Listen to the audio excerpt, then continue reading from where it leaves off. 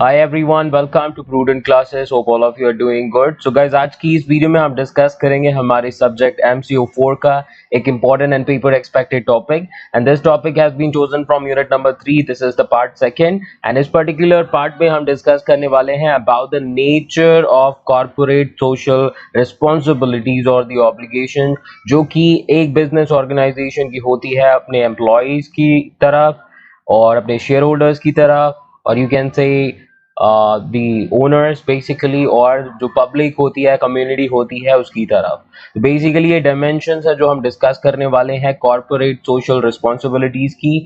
First part में हमने discuss करा था about the concept of social responsibility in a business. तो क्या होती है social responsibility, we discussed in detail in the part 1। तो जिन्होंने पार्ट 1 नहीं देखा प्लीज एक बार उसको भी देख लीजिएगा ताकि कॉर्पोरेट सोशल रिस्पॉन्सिबिलिटी का कॉन्सेप्ट आपको क्लियर हो। एंड इस पर्टिकुलर वीडियो में तो हम बहुत सारी चीजें डिस्कस करने वाले हैं, तो वीडियो एंड तक देखिएगा ताकि जितने भी पॉइंट्स हैं आपको अच्छे से समझ में आए। और ये जो क्वेश्चन जो कि एग्जाम में पहले भी कई बार आ चुका है, अगर आता है दोबारा तो आप अच्छे से अटेम्प्ट कर पाए। आगे बढ़ने से पहले हमारा मिशन याद रखिएगा, दैट इज 70% और more in upcoming exam, so we have to work for that. And साथ ही मेरा टेलीग्राम चैनल है, इसको ज्वाइन कर लीजिएगा। आपके MCO4 के जो पेपर एक्सपेक्टेड क्वेश्चन हैं मैंने ऑलरेडी PDF फॉर्मेट में प्रोवाइड कर दिए हैं टेलीग्राम पर, और एक बार प्लेलिस्ट में भी चेक कर लीजिएगा। प्लेलिस्ट में भी बहुत सारे जो टॉपिक्स हैं ऑलरेडी आपके कवर किए हुए हैं मैंने वीडियोस में, तो उनको भी देख लीजिएगा। एग्जाम के पॉइंट ऑफ व्यू से काफी इंपॉर्टेंट है। तो क्वेश्चन आपका चाहे नेचर के तौर पर पूछा जाए या फिर आपको बोला जाए discuss the various dimensions of corporate social responsibility, ठीक है। आपसे अगर ये भी क्वेश्चन पूछा जाए कि एक्सप्लेन दी डायमेंशंस और explain the nature of corporate social responsibilities, तब भी आपको सेम ही आंसर लिखना है। तो एग्जाम में क्वेश्चन किसी भी तरीके का आएगा, यहाँ पर हमें बेसिकली बताना है कि कॉर्पोरेट सोशल रिस्पॉन्सिबिलिटी में एक मैनेजमेंट की या एक ऑर्गेनाइजेशन की क्या रिस्पॉन्सिबिलिटीज होती हैं और किस किस को होती हैं। तो चलिए डायमेंशंस की बात करते हैं, यहाँ से हमारा आंसर स्टार्ट होता है। वीडियो अगर आपको ये अच्छी लगे तो ज्यादा से ज्यादा शेयर कर दीजिएगा अपने दोस्तों के साथ में, और लाइक भी कीजिएगा इस वीडियो को ज्यादा से ज्यादा। और साथ ही साथ अगर आप चैनल पर नए हैं मेरे तो उसको सब्सक्राइब कर लीजिएगा जिससे फ्यूचर वीडियोस की नोटिफिकेशन आपको मिल सके। नाउ सबसे पहला पॉइंट अगर हम बात करें तो एक मैनेजर जो होता है ऑर्गेनाइजेशन में उसकी जो रिस्पॉन्सिबिलिटी है वो सिर्फ उनके ओनर तक लिमिटेड नहीं होती। फर्स्ट पॉइंट आपको समझना है कि किसी भी ऑर्गेनाइजेशन में जो उसका मैनेजमेंट होता है उसकी रिस्पॉन्सिबिलिटी आज के टाइम में सिर्फ ओनर तक लिमिटेड नहीं होती। जो अदर स्टेक होल्डर्स होते हैं बिजनेस के या फिर ऑर्गेनाइजेशन के, और जो सोसाइटी होती है वो भी एक इम्पॉर्टेंट एस्पेक्ट है जिसको आपको कवर करना है। सोसाइटी अगर मैं बात करूं तो कंपनीज जो हैं या ऑर्गेनाइजेशंस जो हैं वो बेसिकली क्या है, सोसाइटी का पार्ट है। तो जब आप उसका पार्ट हो तो आपको उसकी केयर करनी पड़ेगी, राइट। तो ओनर के अलावा बाकी जो अदर स्टेक होल्डर्स हैं जिनके बारे में अभी हम डिस्कस करेंगे, उनकी टेक केयर करना और सोसाइटी की टेक केयर करना भी एक मैनेजमेंट का अब रिस्पॉन्सिबिलिटी है।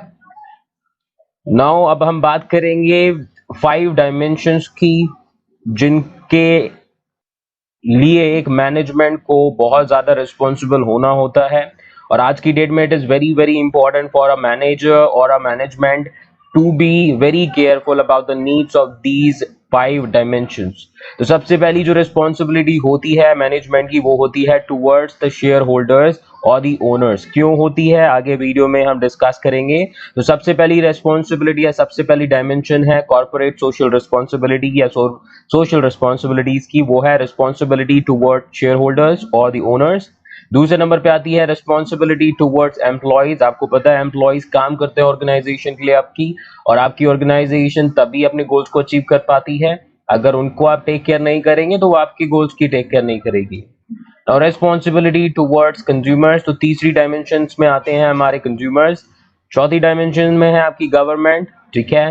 Since government is actually taking care of all your business activities, if I talk about, अगर आप ठीक से फॉलो नहीं करेंगे तो government has the power to shut your business down. तो आपकी जो रिस्पॉन्सिबिलिटी है वो गवर्नमेंट की तरफ भी होती है। और last but not the least जो रिस्पॉन्सिबिलिटी है, जो हमारी डायमेंशन है, वो है basically responsibility towards the community and public at large. ठीक है, तो इन चीजों को ध्यान दीजिएगा। There are 5 dimensions which we have discussed right now. सबसे पहली आपकी डायमेंशन है जो कि बेसिकली शेयर होल्डर्स या ओनर्स के लिए है, आपकी कंपनी के मैनेजमेंट की।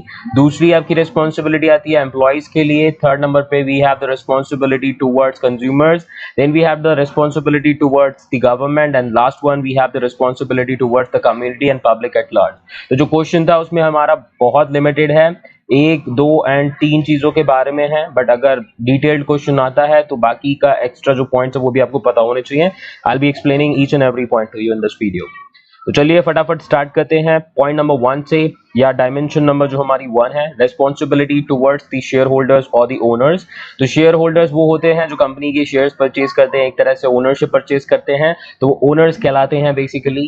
सो the main responsibility of the management of any organisation is to guarantee a fair and reasonable rate of return on the capital and a fair dividend to the owners और the share holders as investors and providers of the risk capital. तो सबसे important जो responsibility है organisation के management की, ठीक है, if I talk about the main responsibility जो कि एक मैनेजमेंट की होगी, वो होगी जितने भी आपके शेयर होल्डर्स हैं या ओनर्स हैं जो कि बेसिकली आपको इन्वेस्टमेंट देते हैं, they are the investors and they are giving you capital. ठीक है, कैपिटल देने का काम किनका है? शेयर होल्डर का। तो एक तरह से वो इन्वेस्टर हैं और आपका जो रिस्क कैपिटल है बेसिकली, देखिए अब आप कोई भी काम शुरू करते हैं आज के टाइम में वो रिस्की है, रिस्की वेंचर होता है बिजनेस आपका। तो जो रिस्क आपका है उस वेंचर में, उसके लिए रिस्क कैपिटल देने का काम कौन करता है? शेयर होल्डर्स या ओनर्स। तो they are also known as providers of risk capital और they are also known as investors in your organisation. ठीक है, तो आप क्या है बेसिकली, जो आपके शेयर होल्डर्स हैं वो आपको पैसा प्रोवाइड कर रहे हैं, जब कैपिटल देंगे तो they are also expecting a fair and reasonable rate of return. जो भी उन्होंने पैसा दिया है उस पर उनको अच्छा रिटर्न मिले पहला, और एक फेयर डिविडेंड मिले। तो जब भी आप किसी कंपनी के शेयर्स परचेज करते हैं और जब प्रॉफिट होता है और प्रॉफिट आपका काफी अच्छा होता है तो कंपनी आपको डिविडेंड देती है आपके शेयर्स पे। ठीक है, तो डिविडेंड्स मिलना चाहिए आपके इन्वेस्टर्स को या शेयर होल्डर्स को, और साथ ही साथ में उनका जो कैपिटल उन्होंने इन्वेस्ट करा उस पर रीजनेबल रेट ऑफ रिटर्न होना चाहिए। ठीक है, now investors normally expect a rate of return on capital equal to the amount of risk involved in a particular industry. The rate of return on investment in business is expected to be higher than the bank interest rate. तो बहुत ही important point है, ध्यान दीजिएगा। तो जो भी हमारे investors से शेयर होल्डर्स होते हैं वो बेसिकली क्या करते हैं? एक्सपेक्ट करते हैं रेट ऑफ रिटर्न अपने कैपिटल पर जो कि इक्वल होना चाहिए, बराबर होना चाहिए उस रिस्क के जो कि इन्वॉल्व होता है उस पर्टिकुलर इंडस्ट्री या यूनिट में। ठीक है, जिस कंपनी में उन्होंने आपका पैसा लगाया है उस कंपनी में की जो इंडस्ट्री है, मेन इंडस्ट्री, उसमें कितना रिस्क है। हाइयर अगर रिस्क है तो दे आर एक्सपेक्टिंग हाइयर, अगर देखिए रिस्क हाइयर है तो हाई रिस्क में उनको चाहिए हाई प्रॉफिट, और लो रिस्क है तो आपका फिर प्रॉफिट भी लो होगा। ठीक है, low risk means low profit. तो ये चीजें आपको ध्यान में रखनी है। These are few expectations which the investors और the share holders are keeping from the organisation. और एक इंपॉर्टेंट चीज, जो भी रेट ऑफ रिटर्न आप देंगे उनके इन्वेस्टमेंट पर अपने बिजनेस से, वो आपका हायर होना चाहिए बैंक इंटरेस्ट रेट से। बैंक की तरफ से जो इंटरेस्ट रेट होता है, जो या तो आपके फिक्स डिपॉजिट या फिर आपके सेविंग्स डिपॉजिट में होगा, तो उससे तो ज्यादा ही होना चाहिए आपका रेट ऑफ रिटर्न। ठीक है, now I hope ये points clear होंगे. Let's talk about the next point we have. Besides dividend, the shareholders of companies also expect appreciation in the value of shares over time. तो एक और important point है, देखिए अब उनको dividend चाहिए। Basically जो हम rate of return की बात कर रहे थे, this is the profit that they are getting in return of making the investment in that particular company. तो जो शेयर होल्डर्स है उनकी एक और एक्सपेक्टेशन है nowadays, और वो है उनकी जो शेयर की वैल्यू हो वो टाइम के साथ साथ अप्रिशिएट हो, यानी कि उनकी उसकी जो वैल्यू है, increase in the market value of shares, ये अगली एक्सपेक्टेशंस होती है जो कि एक शेयर होल्डर रखता है कंपनी से। ठीक है, जो मार्केट वैल्यू है शेयर्स की वो बढ़े टाइम के साथ। Now, next point says these are valid expectations of the shareholders and is needed to be met by the organization to ensure continuity and growth of the business. तो जो ये expectations हैं जो कि shareholders रखते हैं एक कंपनी के मैनेजमेंट से या कंपनी से, तो बहुत ही valid expectation हैं और एक ऑर्गेनाइजेशन को ये इंश्योर करना चाहिए कि जो ये एक्सपेक्टेशंस हैं ये मीट हो, ताकि वो लॉन्ग टर्म सर्वाइव कर सके, अपना बिजनेस कंटिन्यू कर सके और ग्रो कर सके अपने बिजनेस को, ठीक है। So in order to make sure that the business is survive for a long time and it is growing as well, it is important to meet the expectations of the shareholders. Now चलिए फटाफट diagram के through point clear और कर लेते हैं। तो responsibility toward share holders की अगर हम बात करें तो उनकी क्या है रिस्पॉन्सिबिलिटी, उनकी तरफ किसी भी कंपनी की इंक्रीज होना चाहिए उनके market value of share long run में। And second thing is that वो उनको रेट ऑफ रिटर्न है वो रीजनेबल मिलना चाहिए जितना अमाउंट वो इन्वेस्ट कर रहे हैं उस पर, ठीक है। दो चीजें विच आर वेरी इंपॉर्टेंट। तो आई होप ये पॉइंट क्लियर होगा। Now let's talk about the second dimension we have and it is basically related to the responsibility that an organization has towards the employees. So the management of the organization is responsible to ensure fair wages, friendly, respectful and stress-free environment for its employees as they are very crucial to achieve the organizational goals, ठीक है। तो जो management होता है organisation का उसको अब ये भी इंश्योर करना होता है कि जितने भी एम्प्लॉयज हैं आपकी ऑर्गेनाइजेशन में उनको फेयर वेजेस मिले, यानी कि जितना वो काम कर रहे हैं उसके अकॉर्डिंग आपका वेजेस होना चाहिए। ऐसा नहीं काम ज्यादा करवा रहे हैं पैसे आप कम दे रहे हैं। एनवायरनमेंट जो मिलना चाहिए उनको काम करने का वो फ्रेंडली होना चाहिए, रिस्पेक्टफुल होना चाहिए एंड स्ट्रेस फ्री होना चाहिए। अगर स्ट्रेस ज्यादा होगा तो उनको काफी दिक्कत होंगी and they would not be in a position to give their 100%। तो these are few things which are very crucial जो कि एम्प्लॉयज को प्रोवाइड करना पड़ता है मैनेजमेंट को या फिर एक ऑर्गेनाइजेशन को। अब एम्प्लॉयज को क्यों देना पड़ता है? Because they are very crucial, they are very important in order to make sure that we are achieving the organizational goals। तो अपने गोल्स को अचीव करने के लिए हमें उनकी जरूरत होती है। एम्प्लॉयज ही एफर्ट डालते हैं तब आपकी ऑर्गेनाइजेशन के गोल्स मीट होते हैं, तो इसीलिए they are very important part of the organisation. Now, in this globalization age, the nature of employer-employee relationship has experienced drastic changes. Now, the relationship is linked with the major issues of wages and salaries, supervisor-subordinate relationship, and employee welfare. तो इस point को अच्छे से समझ लीजिएगा। आज आपको पता है we are living in a globalisation age जहां पर मल्टीनेशनल कंपनीज आ चुकी हैं। अब मल्टीनेशनल कंपनीज आ चुकी हैं तो आपका ग्लोबल बेसिकली क्या मिल रहा है? एनवायरनमेंट मिल रहा है, ग्लोबल बेसिकली फैसिलिटीज मिल रही हैं एम्प्लॉयज को। गूगल जैसी कंपनीज के ऑफिसेज हैं हमारी कंट्री में। तो जो अब नेचर जो था एम्प्लॉयर और एम्प्लॉय के बीच में, जो कि आज से अगर 50 साल पहले देखे तो एज कंपेयर टू दैट काफी चेंजेस आ चुके हैं, ठीक है। पहले एम्प्लॉयर एम्प्लॉय को उतना अच्छे से ट्रीट नहीं करते थे क्योंकि रूल्स एंड रेगुलेशंस नहीं थी, एक तरह से मजदूर की तौर पर देखा जाता था। बट अभी एम्प्लॉय की रिस्पेक्ट होती है बाय द एम्प्लॉयर, ठीक है, and they feel them as an important part और लिंक इन दी ऑर्गेनाइजेशन। तो जो रिलेशनशिप है अब वो चेंज हो गया है काफी, और अब वेजेस जो होती हैं किसी भी एम्प्लॉय की या सैलरीज जो होती हैं वो एक इम्पॉर्टेंट एस्पेक्ट होती है, ठीक है। आपका एक अच्छा रिलेशनशिप बिल्ड करने के लिए जो सुपरवाइजर सबऑर्डिनेट रिलेशनशिप है वो भी आपका आजकल अच्छा होना चाहिए। एम्प्लॉयज वेलफेयर के बारे में भी आपको सोचना पड़ेगा, अगर आप नहीं सोचेंगे तो again employees will shift to some other organisation. आजकल ऑप्शंस अवेलेबल रहते हैं हर किसी के पास में, तो this is very important for an organisation to take care of.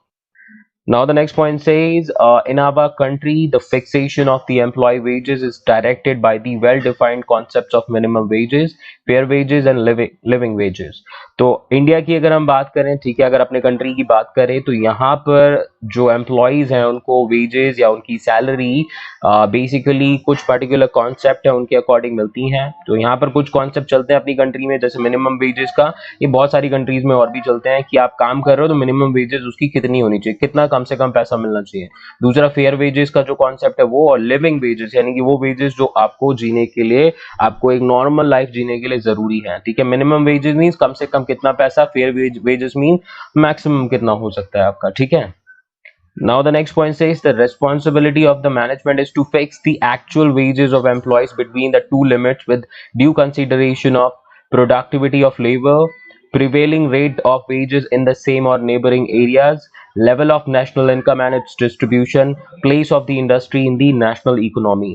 तो जो मैनेजमेंट है ऑर्गेनाइजेशन का, उसकी रिस्पॉन्सिबिलिटी है कि जो एक्चुअल वेजेस हैं एम्प्लॉयज की, वो क्या करे, ठीक से सेट करे, फिक्स करे। और उसको फिक्स करने के लिए दो चीजों के बीच में लिमिट आपकी डिफाइन की जाती है। तो कुछ कंसीडरेशंस है, कुछ पॉइंट्स हैं जिनको कंसीडर किया जाता है जब भी किसी एम्प्लॉय की वेज को फिक्स किया जाएगा या डिफाइन किया जाएगा। तो उस केस में सबसे पहले कि कितनी प्रोडक्टिविटी देनी पड़ेगी लेबर को, यानी कि कितना काम बेसिकली, ठीक है, वर्क अमाउंट की बात कर रहे हैं, कितनी प्रोडक्टिविटी आप चाहते हो और उसके बदले कितना पे करोगे आप, ठीक है। पहला पॉइंट ये हो गया। और सेकंड, आपके जो आसपास की कंपनीज हैं या आपके आसपास की जो एरिया में कंपनीज एस्टैब्लिश हैं, तो वो कितना पे कर रही हैं एक्चुअली। अगर वो आपका मान लीजिए कोई कंपनी है जो कि 60 रुपीज पर आवर पे कर रहा है अपने एम्प्लॉयज को, तो सेम काम करवाने के लिए अगली कंपनी अगर 50 पे करेगी तो शायद उसके पास में काम करने के लिए आपका एम्प्लॉयज ही ना हो। तो उसको इंश्योर करना पड़ेगा कि वो मैच करे आपका प्रिवेलिंग वेजेस जो कि सेम या नेबरिंग एरियाज में होंगी। इसके अलावा नेशनल इनकम का क्या लेवल है, ठीक है, लेवल ऑफ नेशनल इनकम, और किस तरीके से वो नेशनल इनकम डिस्ट्रीब्यूट हो रही है इकोनॉमी में, ये भी एक इंपॉर्टेंट एस्पेक्ट है जो कि डिफाइन करता है किसी भी एम्प्लॉय की वेजेस को। नाउ बात करेंगे कि जो इंडस्ट्री जिसमें आप काम कर रहे हो उसकी जो वेजेस हैं उसको डिफाइन करने में उस पर्टिकुलर इंडस्ट्री की पोजीशन क्या है नेशनल इकोनॉमी में, वो भी इंपॉर्टेंस रखती है। तो जितनी हायर पोजीशन होगी आपकी इंडस्ट्री की, उतना ही आपको अच्छा पे मिलेगा, ठीक है। Good pay will be there if the position is higher, and in case if the pay if the condition or the position of the industry is low, then the payment will also be low। चलिए, तो अगला point हमारे screen पर आ चुका है। Managerial wages including salaries and perquisites are linked with responsibility, risk taking, initiative and skills। However, in reality the maximum wages depends upon the nature and volume of business, productivity, production capacity installed, etc।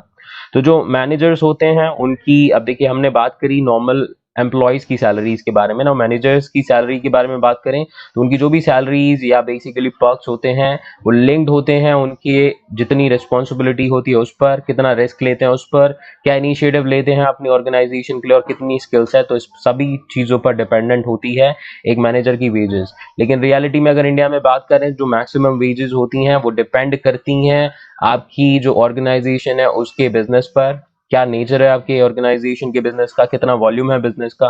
ज्यादा business आएगा तो obviously बात है ज्यादा काम तो ज्यादा wages, कम business तो कम काम और कम वेजेस। और प्रोडक्टिविटी कितनी है, ये भी एक बहुत ही इंपॉर्टेंट एस्पेक्ट है आपकी वेजेस डिफाइन करने में, और कितनी प्रोडक्शन कैपेसिटी इंस्टॉल्ड है बेसिकली ये भी डिफाइन करेगा आपकी वेजेस को डिफाइन करने में।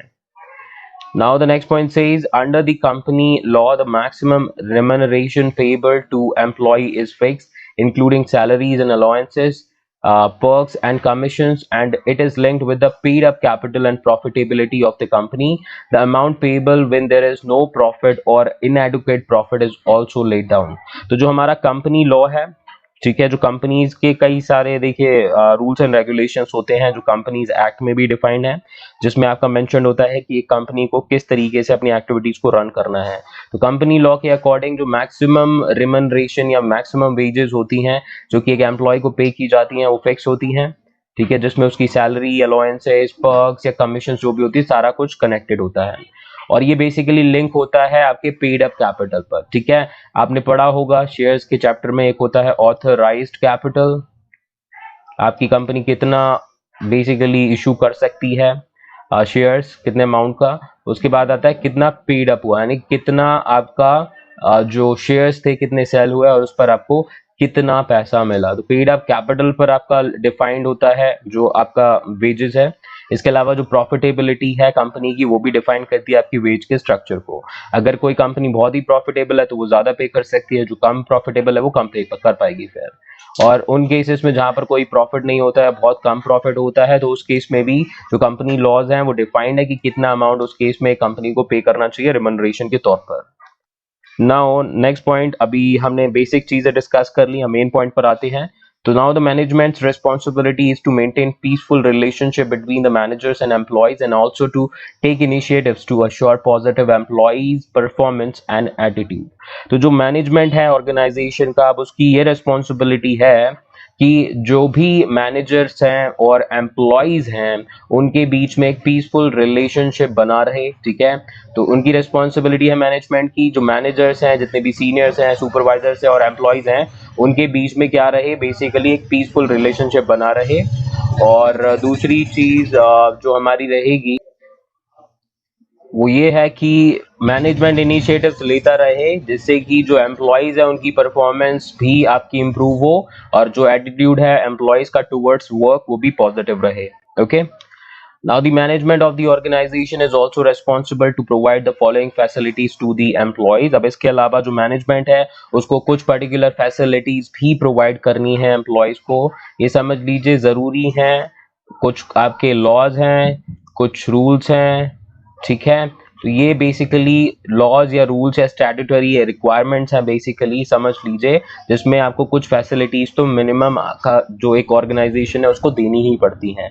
अब जैसे मैं बात करूं कौन कौन सी फैसिलिटीज होंगी, अब जैसे ईएसआई की पॉलिसी है, प्रोविडेंट फंड है, पीएफ है, बेसिकली तो मोस्टली कंपनीज को ये पे करना पड़ता है एम्प्लॉयज को, ईएसआई इंश्योरेंस करवाना होता है, प्रोविडेंट फंड्स देने होते हैं। इसके अलावा सेटिस्फैक्टरी वर्किंग कंडीशंस प्रोवाइड करना भी एक कंपनी के लिए बहुत जरूरी है, जिसमें एक एम्प्लॉय की सेफ्टी इंश्योर हो, सिक्योरिटी इंश्योर हो, अच्छी हेल्थ इंश्योर हो, उसका हाइजीन मेंटेन रहे, मेडिकल फैसिलिटीज प्रोवाइड करनी होती हैं आजकल कंपनीज को। अगर रिक्वायर्ड है हाउसिंग की तो housing facility, canteen facility, leave and retirement benefits भी प्रोवाइड करना एक कंपनी के लिए जरूरी है। Now social and welfare amenities भी एक कंपनी को देनी पड़ती हैं as per some laws and rules, तो वो आपको ध्यान रखनी है, जिसमें आपकी एजुकेशन फॉर चिल्ड्रन है, ट्रेनिंग फॉर सेल्फ इम्प्रूवमेंट है, आपकी ट्रैवल जो है बेसिकली लीव्स मिलेंगे आपको जिसमें आप ट्रैवल कर सकते हो, थोड़ा रिलैक्स कर सकते हो, चिल कर सकते हो। तो ये सारी चीजें क्या हैं, आपकी फैसिलिटीज हैं जो कि मैनेजमेंट को इंश्योर करना है कि वो प्रोवाइड करे, ताकि आपकी जो वर्किंग कंडीशंस है वो सेटिस्फैक्टरी रहें, ताकि एक एम्प्लॉय अगर सडन एक्सीडेंट्स होते हैं या सडन उसका जॉब लॉस हो जाता है, ठीक है, जॉब लॉस होता है या फिर एक्सीडेंट्स होते हैं, तो उस केस में वो एम्प्लॉय क्या कर सके, बेसिकली मेंटेन कर पाए अपने आप को। और कुछ आपकी सोशल एंड वेलफेयर अमेनिटीज हैं जैसे कि वो सोसाइटी का जो पार्ट है उसको इम्प्रूव कर सके और खुद को स्ट्रेस फ्री रख सके, ठीक है, स्ट्रेस फ्री रख सके। तो अब आगे बढ़ते हैं अगले पॉइंट पर। हमारे डायमेंशन नंबर 3 है रिस्पॉन्सिबिलिटी टुवर्ड्स दी कंज्यूमर्स। अब बात करेंगे कंज्यूमर्स की। कंज्यूमर्स बहुत ही इंपॉर्टेंट है किसी भी ऑर्गेनाइजेशन के लिए, as you all know, because they are the one who are purchasing your product और availing your services and then paying you in return. तो अगर वो कंज्यूमर्स आपको पे नहीं करेंगे, आपके प्रोडक्ट को परचेज नहीं करेंगे, तो your organisation will not sustain for the long time. So in this highly competitive globalization age, the management of the organization is responsible to focus on maximizing the customer satisfaction and to avoid misleading advertisements, restrictive trade practices, unethical and unfair trading, adulteration, poor quality of products and services, etc., etc., etc. तो एक organisation की अगर मैं बात करूं, देखिए आपको पता है आजकल जो टाइम है वो काफी कॉम्पिटिटिव है, we are living in a changing competitive environment, और यहाँ पर मैनेजमेंट को ऑर्गेनाइजेशन की ये इंश्योर करना बहुत जरूरी है, ये उसकी एक रिस्पॉन्सिबिलिटी है कि वो अपने जो कंज्यूमर्स की नीड है उसको ध्यान में रखे और ये इंश्योर करे कि जो मैक्सिमम कस्टमर सेटिस्फैक्शन है वो उनको मिल पाए, ठीक है। It is very very important that the management should focus on maximising यानी इंक्रीजिंग द कस्टमर सेटिस्फैक्शन। जितने ज्यादा सेटिस्फाइड होंगे कस्टमर्स आपके प्रोडक्ट से, उतना ज्यादा आपके प्रोडक्ट को परचेज करेंगे और किसी भी तरह की आपकी अनएथिकल प्रैक्टिसेस में कंपनी इन्वॉल्व ना हो, ये भी एक मैनेजमेंट को इंश्योर करना होगा। So they have to make sure that they are avoiding any misleading advertisement, कोई भी गलत तरीके का एडवर्टीजमेंट नहीं होना चाहिए उनकी तरफ से, कोई भी रिस्ट्रिक्टिव ट्रेड प्रैक्टिसेस नहीं होनी चाहिए, यानी अपना प्रोडक्ट बेचने के लिए आप किसी और को कंपटीशन में बने ही नहीं रहने देना चाहते, रिस्ट्रिक्ट कर रहे हो उनके ट्रेड प्रैक्टिसेस को, ऐसा नहीं होना चाहिए। अनएथिकल एंड अनफेयर ट्रेडिंग नहीं होनी चाहिए, किसी भी तरह की मिलावट नहीं होनी चाहिए आपके प्रोडक्ट में। आपका जो प्रोडक्ट होना चाहिए वो कैसा होना चाहिए, बिल्कुल क्वालिटेटिव होना चाहिए, आपकी जो सर्विसेज है वो भी क्वालिटेटिव होना चाहिए, पुअर क्वालिटी की नहीं होनी चाहिए, ओके। अब इसके बाद बात करें, nowadays there are many legal laws like the Consumer Protection Act 1986, the MRTP Act 1969, Competition Act 2002 available to protect the consumer against the market malpractices। तो जो मार्केट में होने वाली अनएथिकल प्रैक्टिसेस हैं, ठीक है, मार्केट में होने वाली जो अनएथिकल प्रैक्टिसेस हैं उससे कंज्यूमर को प्रोटेक्ट करने के लिए कई सारे लीगल लॉज अब आ चुके हैं, जैसे कि कंज्यूमर प्रोटेक्शन एक्ट हो गया जो कि 1986 में आया, एमआरटीपी एक्ट आया 1969 में जो चेंज होकर आके कंपटीशन एक्ट में कन्वर्ट हो गया 2002 वाले। तो बहुत सारे लॉज हैं जो कि बेसिकली बनाए गए हैं, why they are frame to protect the consumers from market malpractices, यानी मार्केट में होने वाली अनएथिकल प्रैक्टिसेस से। Now the next point says the management of the business firms should expect the customer service as the way of guidance, maintenance and advice to ensure the long-term survival of the business। तो जो management होगा organisation का उसको ये ensure करना है कि वो कस्टमर सर्विस पर ज्यादा फोकस दे और उसको एक गाइड के तौर पर बेसिकली फॉलो करे और अपनी जो भी एक्टिविटीज हैं या सर्विसेज हैं वो उसको मेंटेन करे और कस्टमर की जो भी एडवाइजेस हैं, जो भी सजेशंस हैं उसको इम्प्लीमेंट करे ताकि जो लॉन्ग टर्म सर्वाइवल हो बिजनेस का वो इंश्योर हो पाए। ठीक है, तो जो कस्टमर का प्रॉब्लम्स हैं, कस्टमर की जो नीड्स हैं वो हमारे लिए गाइड होंगी और कस्टमर को सर्विस देना, मैक्सिमम सेटिस्फैक्शन देना, बेसिकली ये क्या है हमारा, ये हमारा एम होना चाहिए। ठीक है, customer should always be happy with our product and services. Now they are expected to anticipate the problems of consumers and assume the responsibility of protecting the consumer interest। तो बहुत सारे लीगल लॉस बने हैं, लेकिन एक अच्छी organisation की खास बात ये होगी कि वो अपने जो कस्टमर्स हैं उनकी प्रॉब्लम्स को पहले से ही एंटिसिपेट करेगी, इससे पहले कोई लीगल एक्शन हो वो खुद ही प्रॉब्लम्स को एंटिसिपेट करेगी कस्टमर्स के और अपनी जो रेस्पॉन्सिबिलिटी है वो लेगी ताकि जो कस्टमर्स हैं उनके इंटरेस्ट को प्रोटेक्ट किया जा सके। तो जैसे आपने देखा होगा कई सारे केसेस हैं आजकल, अब वारंटी मिलती है ऑलमोस्ट आपको हर प्रोडक्ट पे, जिससे कि अगर कोई भी मैन्युफैक्चरिंग डिफेक्ट होता है प्रोडक्ट पे तो आप रिप्लेसमेंट ले सकते हैं। अभी प्रोडक्ट्स में आपका सिंपल होता है, प्रोडक्ट परचेज करके लाते हैं उसमें कोई दिक्कत आती है तो आप सीधे डीलर के पास जा सकते हैं, डीलर आपको रिप्लेस कर देगा कोई बिना क्वेश्चन पूछे। तो ये क्या है, बेसिकली कस्टमर के इंटरेस्ट को प्रोटेक्ट करने के लिए अब ये चीजें की जाती हैं। ठीक है, now the next point says they should ensure adequate supply of qualitative goods at reasonable prices to satisfy the needs of different customer और consumer categories। तो जो मैनेजमेंट है ऑर्गेनाइजेशन का उसको एक और काम इंश्योर करना है कि जो भी प्रोडक्ट वो बेचते हैं या जो भी सर्विस प्रोवाइड करते हैं उसकी एडिक्वेट सप्लाई हो, सफिशिएंट सप्लाई हो और जो भी प्रोडक्ट या फिर सर्विसेज है वो क्वालिटेटिव इन नेचर हो और आपके एक रीजनेबल प्राइस पे प्रोवाइड की जा रही है। ऐसा नहीं कि आप बहुत ज्यादा चार्ज कर रहे हो because you are providing a good product, it should be a reasonable price that you should charge from your customers. Okay, now चलिए बात करेंगे चौथी डायमेंशन की जो कि है रिस्पॉन्सिबिलिटी टुवर्ड्स द गवर्नमेंट।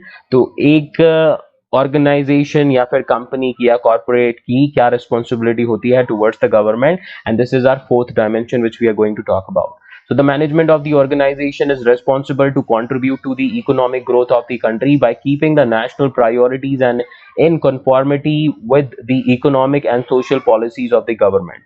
तो जो मैनेजमेंट होता है ऑर्गेनाइजेशन का उसको ये भी इंश्योर करना होता है कि उसकी जो भी एक्टिविटीज कंडक्ट की जा रही हैं, जो भी बिजनेस वो रन कर रहा है उसके थ्रू जो कंट्री है उसकी इकोनॉमिक ग्रोथ में कंट्रीब्यूशन हो, यानी कि जो हमारी कंट्री है उसकी इकोनॉमी ग्रो करे, उसमें कंट्रीब्यूट करने का काम है आपके एक ऑर्गेनाइजेशन का।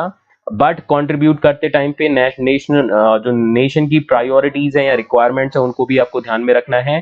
साथ ही साथ आपकी जो भी required economic and social policies होती हैं गवर्नमेंट की उनको भी मीट करना होता है। तो एक मैनेजमेंट की बहुत रेस्पॉन्सिबिलिटी होती है, खासतौर पे गवर्नमेंट के केस में आपके जितने भी रूल्स रेगुलेशंस होते हैं, जो पॉलिसीज होती हैं, चाहे वो इकोनॉमिक हो सोशल हो, उन सबको फॉलो करना मैनेजमेंट का काम है। और दूसरा आपकी जो इकोनॉमी है कंट्री की उसको ग्रो करना, उसको कंट्रीब्यूट करना भी एक इंपॉर्टेंट टास्क है। नाउ बात करेंगे नेक्स्ट पॉइंट की। Next point it says in addition to this the management has to ensure that the business activities are conducted as per the company laws and the required taxes and other dues must be paid honestly as per the rules. ठीक है, बहुत ही simple है। तो second काम जो हमारा रहेगा वो रहेगा उसमें मैनेजमेंट जो होगा कंपनी का, उसको ये इंश्योर करना है कि जितनी भी बिजनेस एक्टिविटीज कंडक्ट की जा रही हैं वो कंपनी लॉस के अकॉर्डिंग हो, कोई भी ऐसी अनएथिकल प्रैक्टिस ना कंडक्ट की जाए जो कि कंपनी लॉ के अगेंस्ट हो। एंड इसके अलावा जो भी आपके रिक्वायर्ड टैक्सेस हैं या ड्यूज हैं आपकी कंपनी के, that should be paid honestly and properly as per the rules and the regulations. तो जो भी रूल्स एंड रेगुलेशंस है उसके अकॉर्डिंग आपको जो भी टैक्सेस या ड्यूटीज बनती हैं आपकी कंपनी की उसको पे करना है। Now, next point is extremely important. Please pay attention. The management of the organization should also abstain itself from corrupting the public servants or the democratic parties to meet the selfish objectives. तो अपने objectives को meet करने के लिए, अपने target meet करने के लिए आपको ऐसा भी नहीं करना है। एक management को ये भी ensure करना है कि वो हर तरह के corruption activities से दूर रहे। Abstain का मतलब होना है stay away मतलब दूर रहना बेसिकली। तो management is suppose to stay away from these kind of activities, stay away, ठीक है, और अवॉइड बेसिकली करना, ठीक है, अवॉइड करे आपकी कोई भी करप्टिंग एक्टिविटीज हो, तो कोई भी जो गवर्नमेंट ऑफिशियल है उसको आपका करप्ट ना करे, कोई डेमोक्रेटिक पार्टी है उसको आपका ब्राइब ना करे, जिससे कि क्या हो सके हमारी जो एक्टिविटीज हैं वो फ्री एंड फेयर रहें। अब नाउ ध्यान दीजिएगा, एक डायग्राम यहाँ पर आ रहा है आपका, रिस्पॉन्सिबिलिटी टुवर्ड्स द गवर्नमेंट क्या है कॉर्पोरेट सोशल रिस्पॉन्सिबिलिटी में। तो 3 पॉइंटर्स हम पढ़ेंगे यहाँ पे। सबसे पहली है pay taxes and other dues honestly. तो एक जो ऑर्गेनाइजेशन है वो अपने टैक्सेस एंड अदर ड्यूटीज जो भी हैं पे करे ऑनेस्टली।